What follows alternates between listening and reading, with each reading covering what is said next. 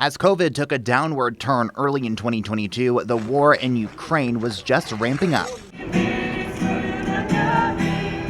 Ukrainian Chattanoogan showed their support in the scenic city quickly after their home came under attack by Russia in February. We trusted you with our kids. Also that month, James Carpenter was arrested and later charged with child endangerment for admitting to drinking on the job when a fire broke out at a Cleveland daycare.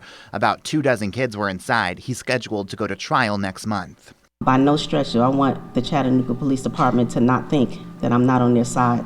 In Chattanooga, Mayor Tim Kelly selected Chief Celeste Murphy as the city's first black female police chief, promising to focus on reducing violent crimes. In March, State Representative Robin Smith resigned over her alleged involvement in a massive political fraud scheme. Investigators say Smith and the former Speaker of the House got kickbacks in exchange for helping the company get approved as the state's mailer program vendor. By the power invested in me and the Holy Spirit. In April, the woman who accused a former Hamilton County Sheriff's deputy of baptizing her against her will died of an apparent drug overdose. Shandell Riley accused Daniel Wilkie in federal court of threatening to arrest her if she didn't let him baptize her in Soddy Lake. Her estate has taken over the lawsuit. A massive fire burnt the Ocoee Whitewater Center. It reopened about a month later. We still don't know what caused it. And in May, Local 3 News lost a valued team member. Chief photojournalist Lee Broom died at 36, and we miss him every day. We could finish each other's sentences. He knew exactly what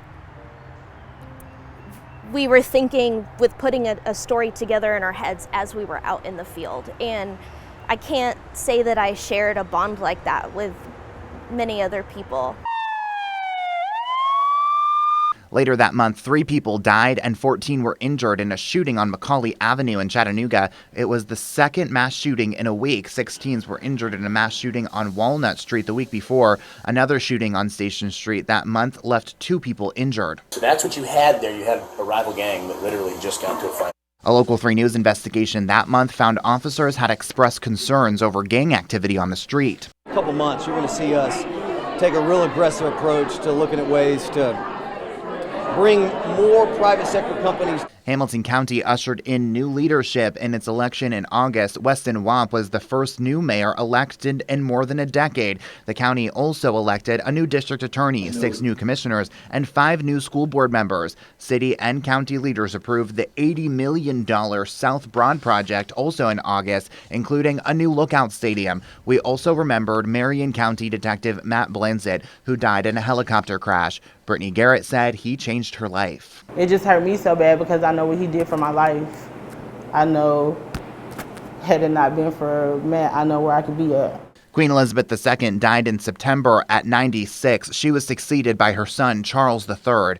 At home, a student was arrested in a controversial incident at Eastridge High School. Take the bag off. Take the bag off. The officer was granted a reassignment over the incident.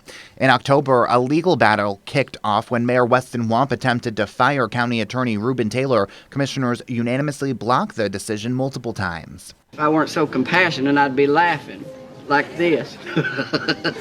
We also lost a Chattanooga legend. Leslie Jordan died in a car crash. He was 67. More than 100 people experiencing homelessness were evicted from the Budget Tell in Eastridge in November over safety concerns.